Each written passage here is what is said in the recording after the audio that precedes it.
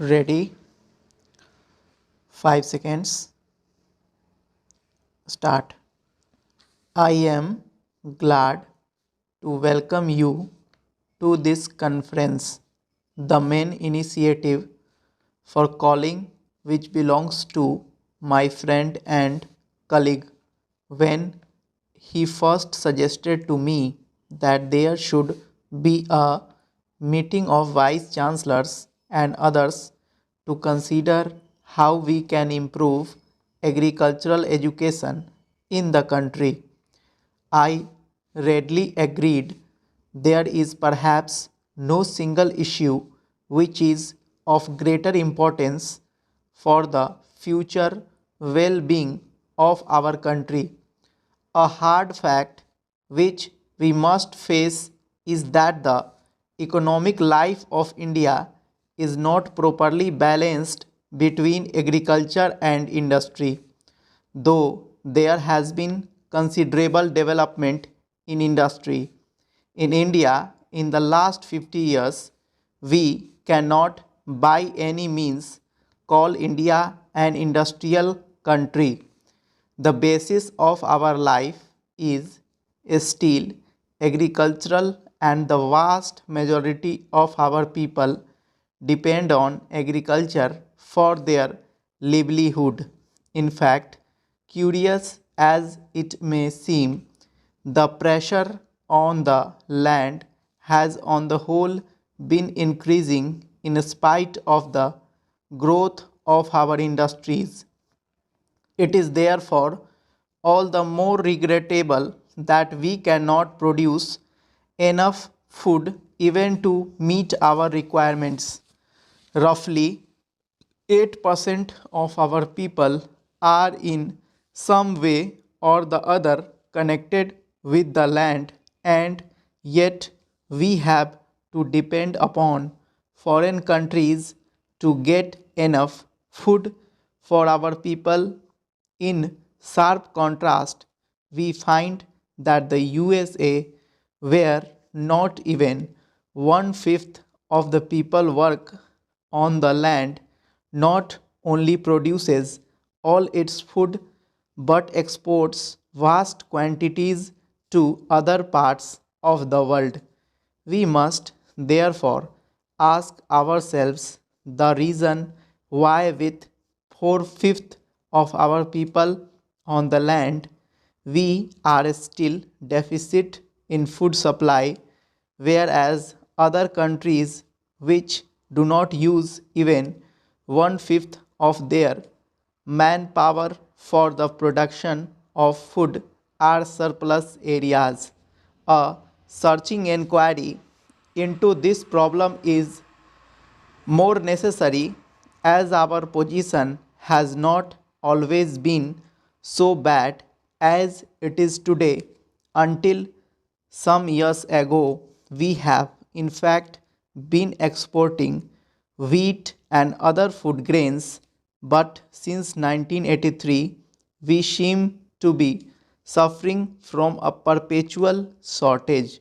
You all know about the efforts of the governments, both at the center and the states, to increase the production of food through the Grow More Food campaign.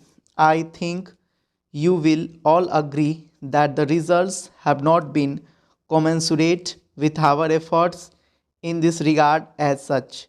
We know that the average yield of our land is one of the poorest in the world, and this is so in spite of the fact that the quality of our soil is perhaps second to none.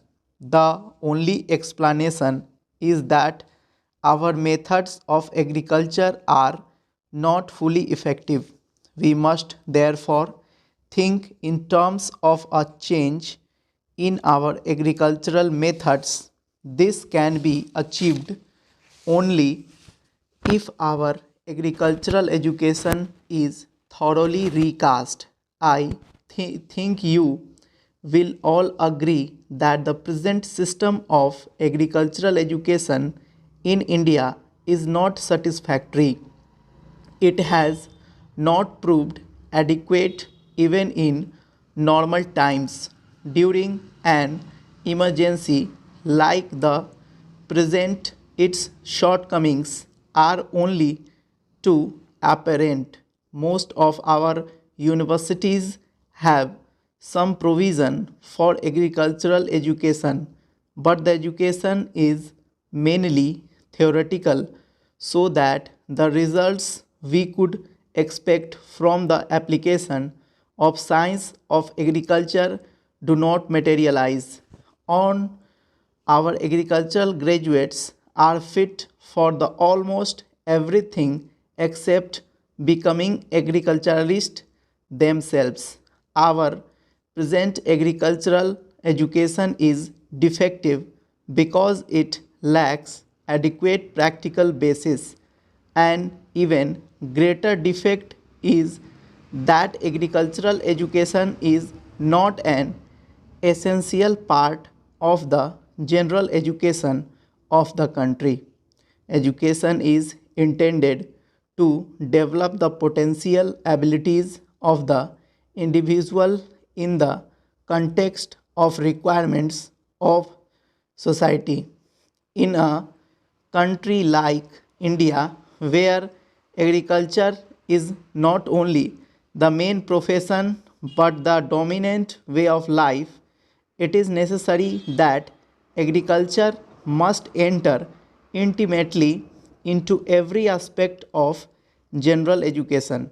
We are now planning to transform the system of our primary education by converting it into basic education. Gandhiji, with the insight of a genius, saw that if education is to be creative and real for millions of our people, it must seek to satisfy their basic requirements of food and clothing. Intellectual development can be adequate and satisfactory only in the context of satisfying these two basic needs. Our general education, especially in the earlier stages, must therefore give a greater importance to the theory and practice of agriculture. I have for some time been considering the question of having some kind of conscription by which all students in our colleges and universities would be compelled to work for a period in fields and factories. I have, however, come to the conclusion that for various reasons this cannot be immediately done. In Western countries, the labor of young people has been effectively and usefully employed, as the problem of these countries is primarily one of the shortage of labor.